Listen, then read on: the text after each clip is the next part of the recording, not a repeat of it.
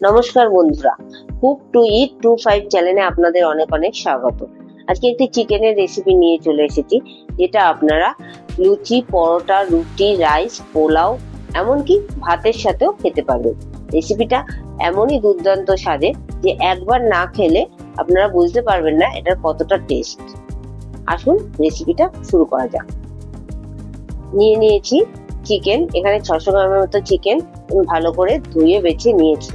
এবার চিকেনের মধ্যে দিয়ে দিচ্ছি নুন, গোলমরিচের গুঁড়ো আর দিয়ে দিচ্ছি টক দই। এখানে আমি 100 গ্রামের মতো টক দই নিয়েছি। এবার চিকেনটা ভালো করে মাখিয়ে নেব। দই দিয়ে ভালো করে মাখানোর পর আমি দিয়ে দিচ্ছি আদা রসুন বাটা। আদা রসুন বাটা দিয়ে এবার ভালো করে চিকেনটা মাখিয়ে আমি 1 ঘন্টা এটা রেস্টে রেখে দেবো।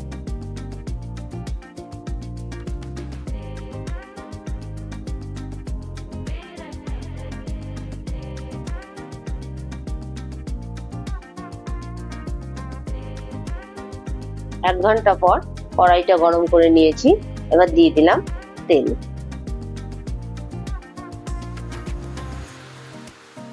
তেলটা গরম হয়ে যাওয়ার পর তেলে ফোড়নে দিচ্ছি গোটা গরম মশলা, দারচিনি, লবঙ্গ, এলাচ আর শুকনো লঙ্কা, তেজপাতা আর কিছুটা মৌরি। ফোড়নটা একটু ভাজা ভাজা করে নিচ্ছি। ফোড়নটা ভাজা ভাজা হয়ে গেলে এবার দিয়ে দিচ্ছি একেবারে মিহি করে কুচোনো পেঁয়াজ। পেঁয়াজটা একটু ভালো করে কুচিয়ে নিতে হবে। পেঁয়াজটা দিয়ে নেড়ে চেড়ে একটু ভাজা ভাজা করে নিচ্ছি। পেঁয়াজটা কিছুটা ভাজা ভাজা করে নেওয়ার পর এবার একে একে দিয়ে দিচ্ছি আদা রসুন বাটা, লঙ্কা কুচি, এখানে ঝালের জন্য আমি কাঁচা লঙ্কা কুচি দিয়েছি, টমেটো কুচি দিয়ে ভালো করে নেড়ে নিলাম।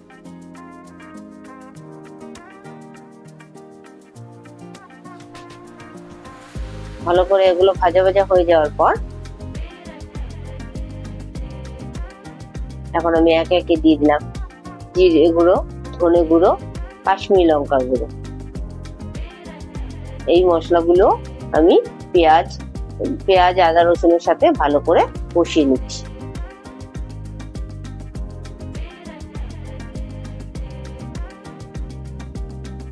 খুব ভালো করে কষানো হয়ে গেছে।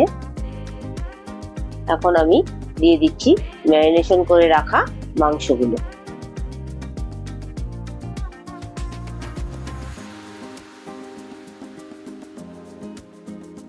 মাংসগুলো দিয়ে এবার আঁচ কমিয়ে মাংসটা খুব ভালো করে কষিয়ে নিতে হবে।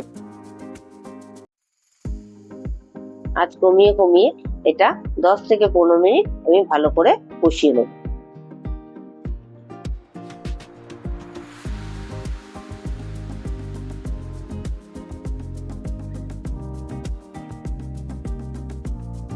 মাংসটা খানিকক্ষণ কষানো হয়ে যাওয়ার পর এবার দিয়ে দিচ্ছি চৌকো করে কেটে রাখা পেঁয়াজ, যেগুলো আমি একটা একটা করে ছাড়িয়ে নিয়েছি, আর চৌকো করে কেটে রেখেছি ক্যাপসিকাম, সেটা দিয়ে আবারও আমি 15 থেকে 20 মিনিট মাংসটা কষিয়ে নেব।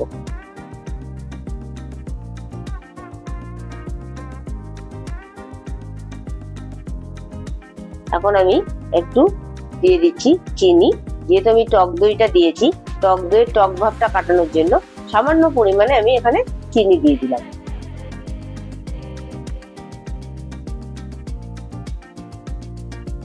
চিনি দিয়েও মাংসটা ভালো করে কষিয়ে নিচ্ছি। এখন আমি দিয়ে দিলাম এখানে মৌরি গুঁড়ো, যেটা আমি শুকনো কলায় মৌরিটাকে একটু ভেজে গুঁড়ো করে নিয়েছি। মৌরিটা দিয়ে মাংসের সাথে ভালো করে মিশিয়ে নিচ্ছি। মাংসটা খুব ভালো করে কষানো হয়ে গেছে, দেখুন।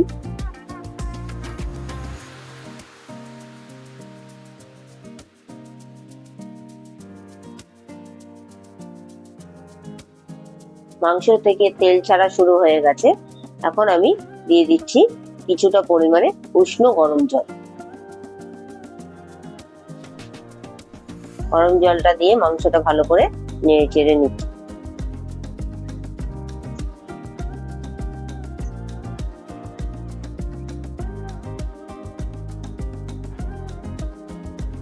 কিছুক্ষণ ফুটে যাওয়ার পর এখন আমি দিয়ে দিলাম গরম মশলা গুঁড়ো আর কিছুটা পরিমাণে ঘি দিয়ে ভালো করে নেড়ে চেড়ে তৈরি হয়ে গেল আজকে আমাদের রেসিপি পাটিয়ালা চিকেন। একদম কম সময়ের মধ্যেই আমি এই রেসিপিটি তৈরি করে দেখালাম ঘরোয়া উপকরণ দিয়ে, কিন্তু এটা খেতে অনেকটাই রেস্টুরেন্টের মতোই লাগবে। এই রেসিপিটি একবার বাড়িতে তৈরি করে আপনারা খেয়ে দেখবেন, খেতে একদম অসাধারণ।